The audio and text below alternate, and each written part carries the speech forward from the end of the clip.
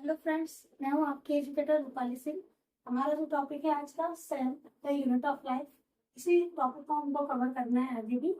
ये सेल से जितने भी एग्जाम होती है, सेट है, एमपी सेट है, अदर स्टेट सेट एग्जाम है और नेट है, नीट है, इन सब में सेल सेल एक ऐसा टॉपिक है जिससे बहुत सारे क्वेश्चन आते हैं, क्योंकि इसमें ऑर्डिनरी से जितनी भी उससे भी क्वेश्चन आते हैं। तो हम सेल को ही सबसे पहले कवर करेंगे और छोटे छोटे से वीडियो में मैं आपको दूंगी, जिसमें आपको जितने भी क्वेश्चन बनते हैं, अभी तक बनते आए हैं, वो सारे उसमें कवर हो जाएंगे।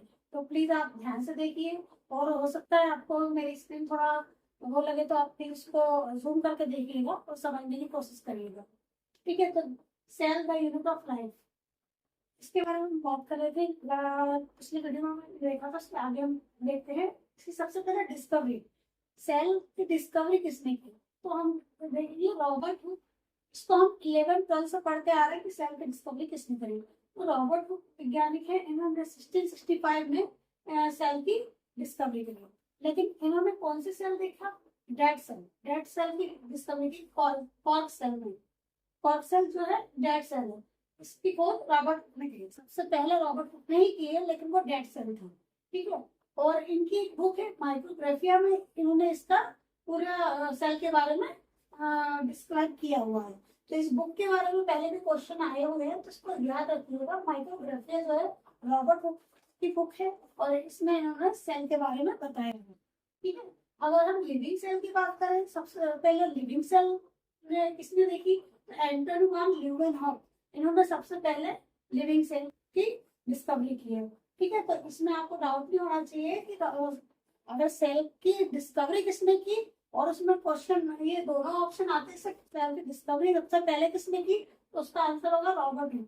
अगर living cell, particular living cell के बारे में पूछा जाता है सबसे पहले लिविंग सेल की किसने की, तो उसका आंसर आएगा हमारा एंटन वन ल्यूवेनहॉफ। तो इसको प्लीज याद करिएगा। हम सेल थ्योरी की बात करें, सेल थ्योरी किसने सबसे पहले दी है? तो सीडन स्वान, ये वैज्ञानिक थे दो, एक जर्मन है और स्वान जो है ब्रिटिश वैज्ञानिक है।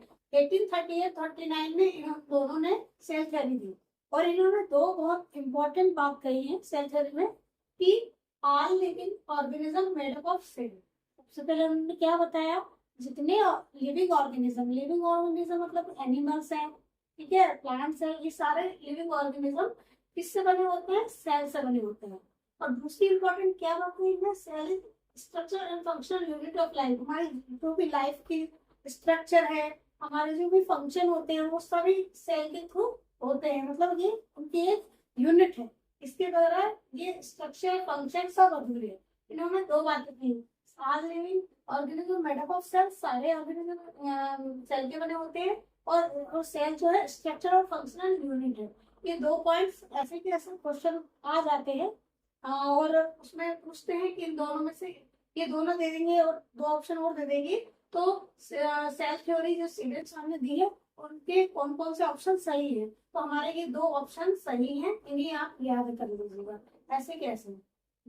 फिर बात करें मॉडर्न थ्योरी की, तो रुडोल्फ विर्चाव वैज्ञानिक है। रुडोल्फ विर्चाव 1859 में इन्होंने मॉडर्न थ्योरी दी, और इन्होंने बहुत ही इंपॉर्टेंट बात कही है कि ओमनिस सेलुला ए सेलुलाई। इन्होंने क्या कहा है? ओमनिस सेलुला ए सेलुलाई। इसका क्या मतलब है?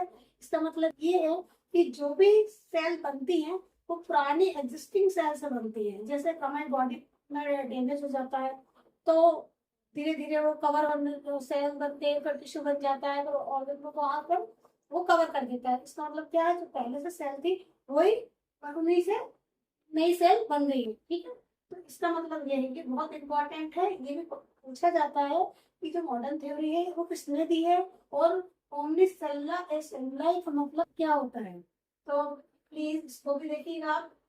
अब virus are exception of cell theory, मतलब सेल थ्योरी जो दी है इन लोगों ने, उसका एक एक्सेप्शन क्या है? एक्सेप्शन ए सेलुलर वायरस क्यों है?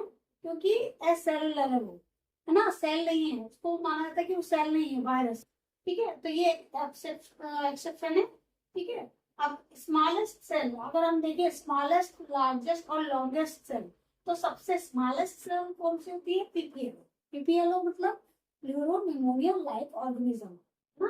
प्लूरोनिमोनिया लाइक ऑर्गेनिज्म मतलब क्या होता है, ये सबसे छोटी सेल्स होती है और इससे कौन सी डिसीज हो सकती है, निमोनिया होते हैं। बहुत सारी डिसीज होती है लेकिन एक निमोनिया नहीं, ठीक है।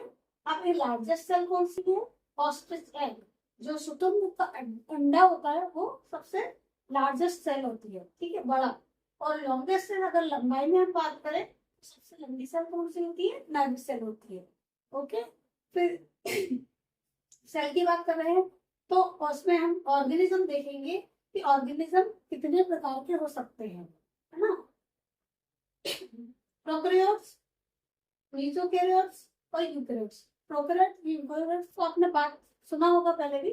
तो प्रोकैरियोट सेल्स का मेन फीचर क्या है, न्यूक्लियर मेम्ब्रेन क्या होता है इसमें, एब्सेंट होती है, न्यूक्लियस नहीं होता, न्यूक्लियर मेम्ब्रेन नहीं होती, वो प्रोकैरियोट्स होते हैं, मतलब वो पुराने, प्रोकैरियोट मतलब जो पुराने, है ना, जब लाइफ शुरू हुई होगी, पुराने ऑर्गेनिज्म होंगे वो प्रोकैरियोट्स, उनमें न्यूक्लियर मेम्ब्रेन नहीं होती है, ठीक है। और दूसरा पॉइंट, स्टोन प्रोटीन भी नहीं होता। स्टोन प्रोटीन बहुत एडवांस फीचर है जो पहले के समय में नहीं था, ठीक है। और प्रोकैरियोट्स का 10 कौन से थे, यूकैरियोट्स, मतलब जो ऑर्गेनिज्म है बड़े बड़े, हम प्लांट्स देखते हैं, ट्री देखते हैं, ठीक है। तो यूकैरियोट्स मतलब अभी के, ठीक है, ये कैसे है, इनमें न्यूक्लियर मेम्ब्रेन प्रेजेंट होती है, ठीक है, न्यूक्लियर मेम्ब्रेन प्रेजेंट, इससे अपोजिट है। और फिर स्टोन प्रोटीन भी प्रेजेंट होती है, ये दोनों एडवांस फीचर है, ठीक है।